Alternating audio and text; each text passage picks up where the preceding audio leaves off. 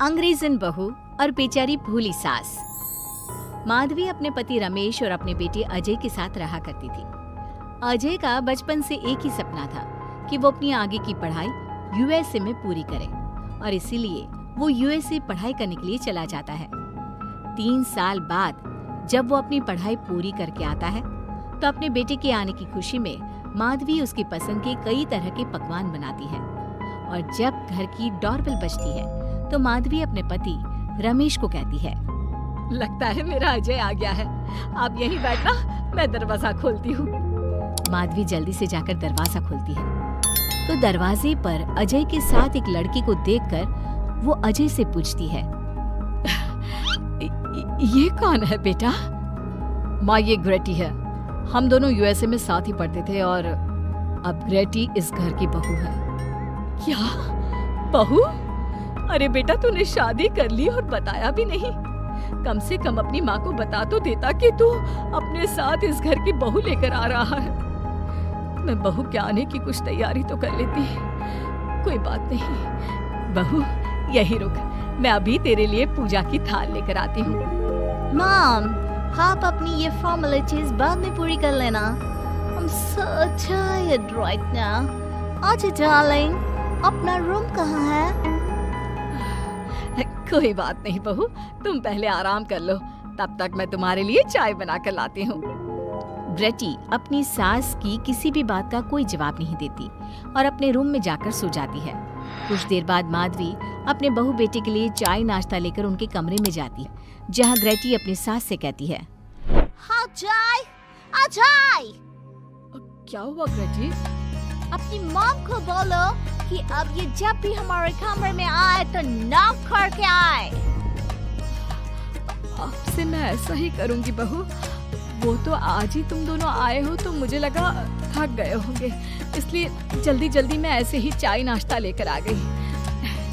वो क्या है ना, अजय जब भी बाहर से आता है तो आते ही चाय मांगता है, बस इसीलिए मैं ना ये चाय यहाँ रख देती हूँ, पी लेना, अदरक वाली चाय है। ये बोलकर माधवी वहाँ से जाने लगती है। तभी ग्रेटी अपनी सास से कहती है, जाते हुए अपनी साथ अपनी ये चाय भी ले जाओ, क्योंकि अजय अब चाय नहीं पीता। हाँ माँ, जब से मैं यूएसए गया हूँ तब से मैंने चाय पीनी छोड़ दी है। अब एक काम करो, हम दोनों के लिए कॉफी ले आओ, मैं सच में बहुत ज्यादा थक गई हूँ। अरे ठीक है, ला देती हूँ।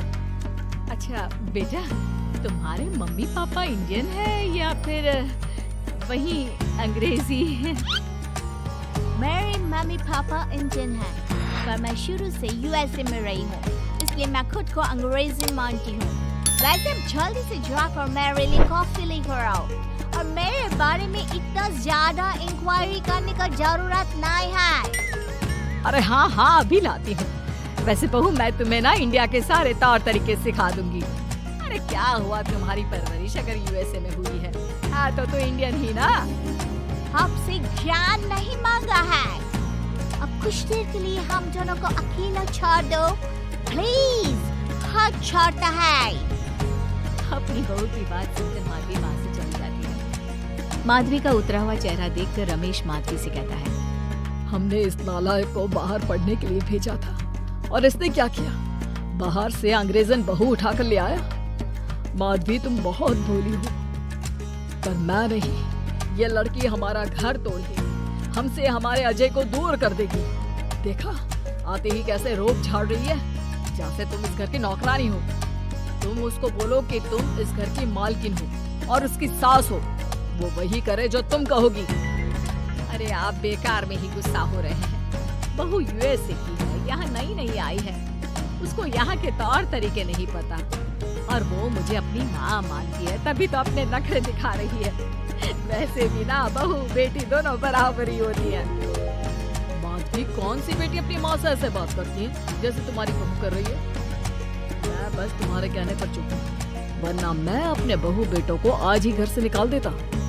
ये कहकर रमेश वहाँ से चला जाता है। ऐसे ही कुछ दिन बीत जाते हैं और ग्रेटी अपनी बेचारी भोली भाली सास पर अत्याचार करती रहती है। ग्रेटी अपना सारा काम अपनी सास से करवाती और उसी को भला बुरा सुनाती।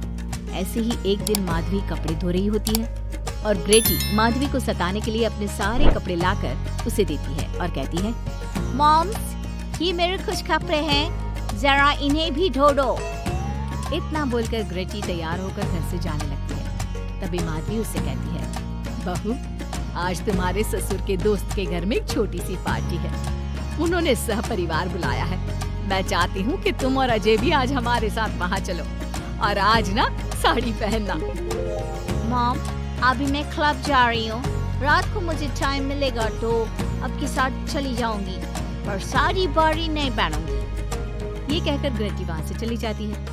शाम हो जाती है। सब ग्रेटी के घर आने का इंतजार करते हैं और इस वजह से कोई भी पार्टी में नहीं जा पाता। इंतजार करते करते रात के 12 बज जाते हैं। 12 बजे रात को ग्रेटी नशे की हालत में जख्मी घर आती है।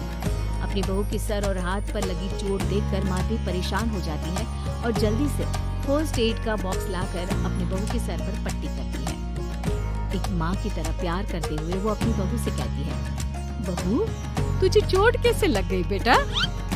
मैं घर आ रही थी, एक बाइक वाले से मेरी टक्कर हो गई। कोई बात नहीं बेटा, कल सुबह होते ही तुझे अपने फैमिली डॉक्टर के पास ले जाऊंगी। अच्छा, अब तू ना आराम कर, मैं तेरे लिए अभी हल्दी वाला दूध लेकर आती हूँ। मैंने तुम्हें पहले ही समझाया था, ये अंग्रेजन हमारे घर के लिए ठीक नहीं है, पर तुमने मेरी एक नहीं मानी। अब देख लो, आज इस अंग्रेजन बहू की वजह से सारे मोहल्ले में हमारी नाक कट गई है। आज सब हम पर हंसते हैं। ये सब कुछ तुम्हारी वजह से हुआ है, तुम्हारी छूट की वजह से हुआ है। ये कहकर रमेश अपने रूम में चला जाता है, पर माधवी अपनी बहू की पट्टी करके उसे उसके कमरे में जाकर सुला देती है। अगले दिन माधवी ग्रेटी को लेकर अपने फैमिली डॉक्टर के पास जाती है, जहां ग्रेटी देखती है कि उस डॉक्टर की बहू ने साड़ी पहनी है और एक संस्कारी बहू की तरह घर में पूजा पाठ करके अपने सास ससुर के पैर छूकर उनका सुबह सुबह आशीर्वाद लेती है। डॉक्टर की बहू को देखकर ग्रेटी को अपना बर्ताव याद आता है और उसे एहसास होता है कि वो अपनी भोली और मासूम सास के ऊपर कितना अत्याचार करती है, पर फिर भी माधवी सबसे लड़कर हमेशा उसका साथ देती है। ये सब देखकर ग्रेटी को पश्चाताप होता है और कुछ देर बाद वो दोनों दवाई लेकर घर आती है।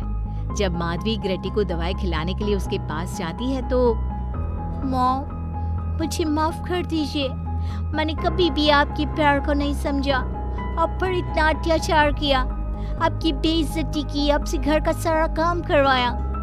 आपने मुझे कितनी छूट दी, पर फिर भी मैं आपके साथ इतना बुरा करती थी।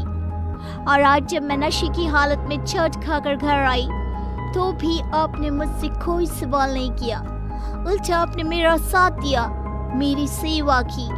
और जब मैंने डॉक्टर की बहू को देखा घर का काम करते हुए, अपने सास ससुर की सेवा करते हुए, तब जाकर मुझे एहसास हुआ कि मैं कितनी रॉन्ग थी।